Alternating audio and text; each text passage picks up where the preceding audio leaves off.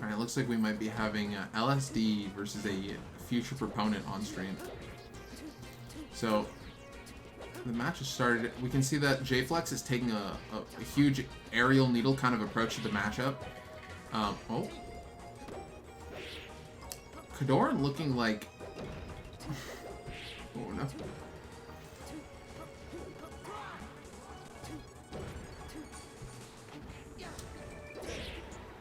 Reading the double jump F smash. Now, first time commentating, words escape my mouth like a lot, and it just sometimes be like that. Two very strong players right here. Jflex known for doing fairly well in a lot of Marth matchups, and you know KoDoRiN recently beating Plup. A little bit of a of a difference there, but it does make. It does clearly show in the outcome of this game. KoDoRiN is really good at CC and grab. And you'll see a lot of it from him in this game. It's usually about 40%, I believe, that both Sheik and their opponent can no longer crouch cancel their kind of moves. And I think it brings a, you know, there's a lot of ways this matchup can be played. We saw it in the beginning. Jflex was playing a lot with needles, whereas he can also play some fade back aerials. I know Leffen's been pushing a lot of, you know, up tilts off the down throws, things like that. It just seems like every Sheik has a kind of different way of approaching this matchup, and they do seem pretty viable. But it, we'll see how effective it will be in the long run.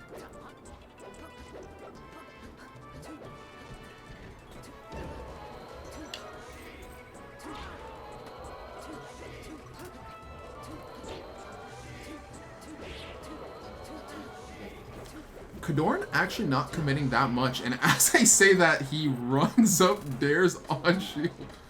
Oh boy, what a nutty approach. Jflex actually using the platforms to his advantage a huge amount. If we see KoDoRiN lose this, we will definitely see him go to a game. Game 2 will be on FD, and oh, this actually is best of 5. Production told me so, and I am also production, so I get to say that. Tibber F smash right off the recovery. Jflex is a big fan of Omsa teching, so I believe that KoDoRiN will start mixing up the timings of both down smash, Tibber down smash, and Tibber F smash off the recovery. He's just so consistent in getting it. I say as he misses. Oh. Every time I open my mouth, there's just another commentator curse. Ooh, the dash through shield grab. Or sorry, the dash through the shield grab. KoDoRiN looking to tech chase a lot. Can't believe that up tilt hit, but it did clip the jump. Nice SDI and DI from Jflex to not fall off stage with that.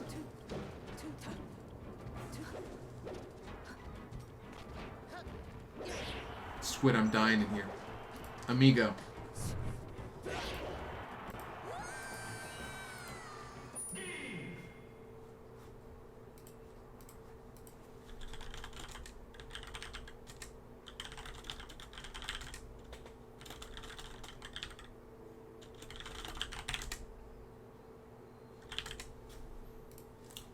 Uh-oh, alert, alert, more production is coming on.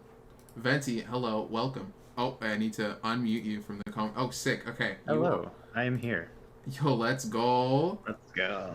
Alright, how did this work? It's back, it's back. Alright, we're live again.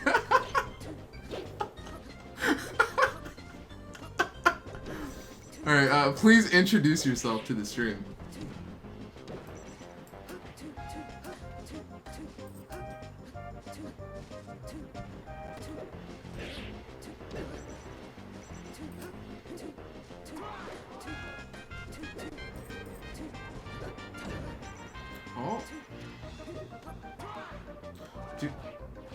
Dude, that's sick. You know, I actually played KoDoRiN a lot in my time since I'm West Coast, and I will say that there are 2 recorded bracket matches of us, and I beat him both times using Ness. Just want to flex that to the stream. inflating your Armada number Oh, as he gets better and better. oh no! When the stream crashed, your thing unmuted, but you're back now. Oh, okay. Not like Don't worry this. about it. We're vibing, we're chilling, we're relaxing. We're buying time for the pros, so we're doing our job. I was not having delusions and commentating by myself. I have Venti here, who already introduced himself, but I may have accidentally muted him when the stream crashed. Perfect. Well, I'll just go right into it. We're chilling, we're vibing.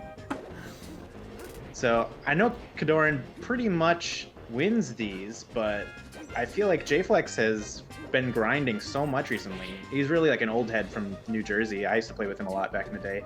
I drove him to a few tournaments in New York. Actually, I used to live in New Jersey, so to see him still playing this much is really incredible. He's like, in my opinion, the definition of a solid player. Okay, I can see what you're saying. Right. But He's not like overtly flashy, but he's not lame. He's just like, he does everything he needs to. So it's definitely the right style for Sheik. You know, it's kind of crazy to see that, you know, his fundamentals, the choices he's making is enough that it's somehow, you know, KoDoRiN just with the recent win off Plup and Jflex making the right choices here to show otherwise that he can do what Plup can't. I mean, I'm just saying. Right, just saying. The results speak for themselves. The Inuit logic says that Jflex is better than Plup if he wins this. So, I mean, so far the counter pick is working out. It seems like he's really using the platform specifically. Yeah, it's really hard. A lot early in the set, Jflex was very heavily using needles, and he seems to be kind of going in and out of that kind of approach, and I think that kind of mix-up's really important. Yeah, I do see a lot of that. I feel like using the needle on the platform kind of just invalidates center stage because the diagonalness of those needles. So then it's like KoDoRiN runs underneath him, and then he goes to a different platform, and then he just goes back to needling. It's like really just doesn't give him an easy on the ground neutral. Is the game of cat and mouse, but KoDoRiN clawing his way back actually. It looked pretty hopeless. Ooh, you know, every single time I've opened my mouth, something goes wrong. Well, that just means you're a natural born commentator, right? It means that you're, you know, you have all the characteristics, the commentator curses, the crash in the stream, you know, it's like normal. Weirdly enough, it's only been bad for KoDoRiN.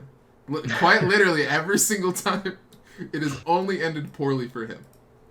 Poor John.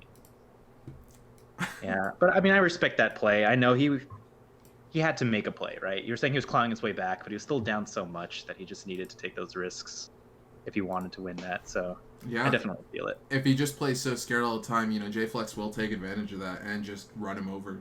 Yeah, like one grab and it would have ended the game. So I respect that he was just going for those wild cross-up nairs. KoDoRiN taking people to his favorite stage, FD. Good. So this definitely makes that playstyle we were noticing earlier with the platforms and the needles way harder. Now Sheik still has needle grab and still has some other needle options, but the neutral is now just flat ground. And I think that's where KoDoRiN excels, and that's where Jflex seems the least comfortable. You see right there that he just launched a dash attack with no real rhyme or reason, and he got punished pretty hard for it.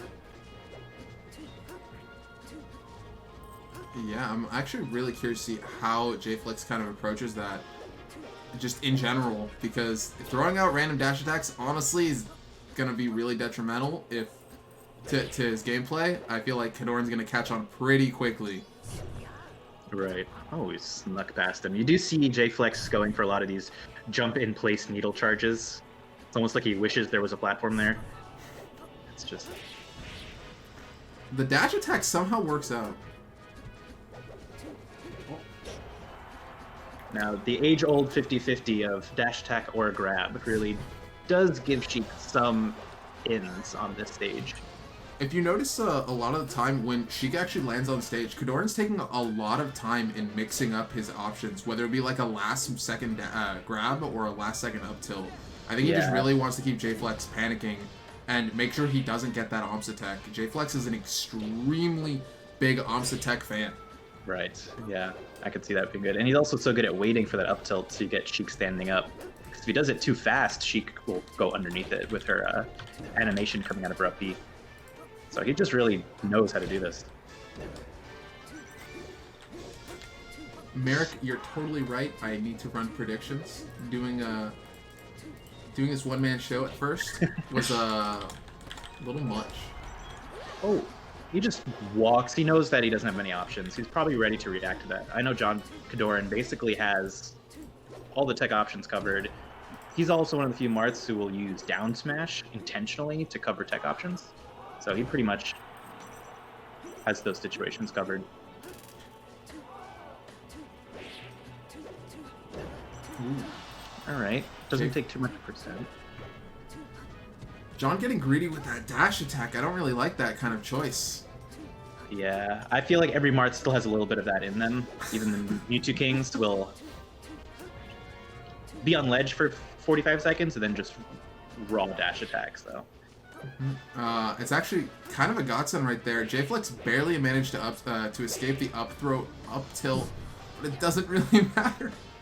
He's just a large advantage Marth has on the stage, you know, versus a lot of people, even Sheik included, is the ability to juggle with up airs will definitely make the difference here. couldn't get the grab after the power shielding the tipper, and he's getting punished for it. It seems like a few times Jflex has gone for the Omps attack, and I think he has just died because it ends up turning to bad DI when he misses it.